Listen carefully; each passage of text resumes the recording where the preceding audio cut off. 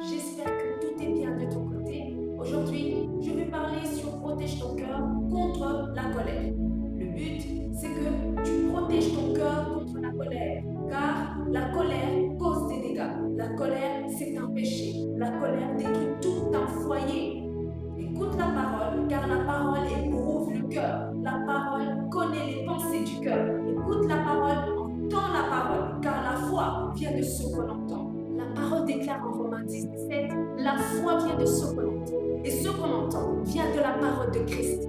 Par ce verset, tu comprends que la foi vient de ce qu'on entend. Et ce qu'on entend vient de la parole de Christ. Ce que tu entends reste dans ton cœur, produit la foi. Je précise que le but est que tu protèges ton cœur contre la colère. Écoute aujourd'hui la bonne parole qui booste ta foi et ton cœur, car la parole éprouve le cœur. Encore, la parole redresse ce qui est mauvais. Je débute cette petite prédication par te poser une question. Pourquoi cette haine en ton cœur? Pourquoi cette dureté du cœur? Encore, pourquoi cette colère? Écoute la parole. Car, en effet, je pense que l'effet que tu entends la parole aujourd'hui, la parole peut faire quelque chose pour ton cœur. Certaines personnes écoutent la parole, leur cœur reste dur. La personne écoute, entend la parole, son cœur reste dur. Encore, certaines personnes retiennent les conflits du passé. Des jours passent, la personne toujours en colère. Certains hommes écoutent la parole. Une fois rentrés chez eux, battent leurs épouses aux yeux des enfants. Les enfants regardent leur père en colère, se quereller. Certains enfants vivent la dépression. Ce que l'enfant regarde faire son père, plus tard, l'enfant reproduit. L'enfant grandit toujours furieux, la colère dans le cœur. Plus tard encore, une fois grandi, l'enfant se querelle et bat son épouse. Frère, c'est un péché. Laisse la colère. Quelle éducation éduques-tu ton enfant? Les enfants grandissent en observant plusieurs choses. Les choses qu'ils observent, ils les retiennent. Reste un père responsable. La parole déclare, les enfants des enfants sont la couronne des vieillards. Et les pères sont la gloire de leurs enfants. Les pères sont la gloire de leurs enfants. Laisse la colère, car la colère détruit ton intérieur. La colère cause des dégâts graves.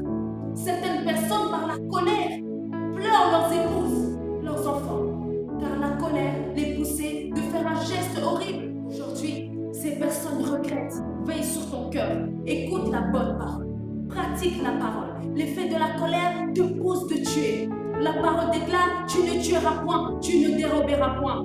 Certains hommes battent leurs épouses, pourtant ces personnes écoutent la parole, encouragent leur pasteur, pasteur, prêche. Chez eux, c'est la bagarre. Ton épouse est devenue ton adversaire dans un combat de boxe entre hommes. Tu boxes le visage de ton épouse d'une colère colérique. Très tôt, elle se réveille, des blessures partout sur le corps. Frère, c'est un péché. Est-ce que tu comprends la parole que tu entends? C'est une question, car la foi vient de ce qu'on entend.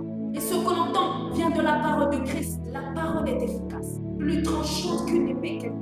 La parole juge les pensées du cœur. La parole connaît les pensées du cœur.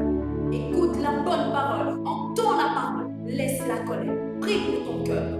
Protège tes enfants, ton épouse, vivez en paix, pas de querelle. Protège ta maison, ton foyer. Tu es en colère? Que le soleil ne se couche pas sur votre colère. Tu es en conflit contre ton époux, ton épouse. Que le soleil ne se couche pas sur votre colère. C'est dangereux, parlez-en. Pour finir, aujourd'hui, la prédication se basait sur protège ton cœur contre la colère. Tu viens d'entendre et comprendre qu'il faut laisser la colère. Car la colère, c'est un péché. La colère détruit ton intérieur. La colère cause des dégâts graves. Ne retiens pas les conflits du passé dans ton cœur. Prie pour ton cœur.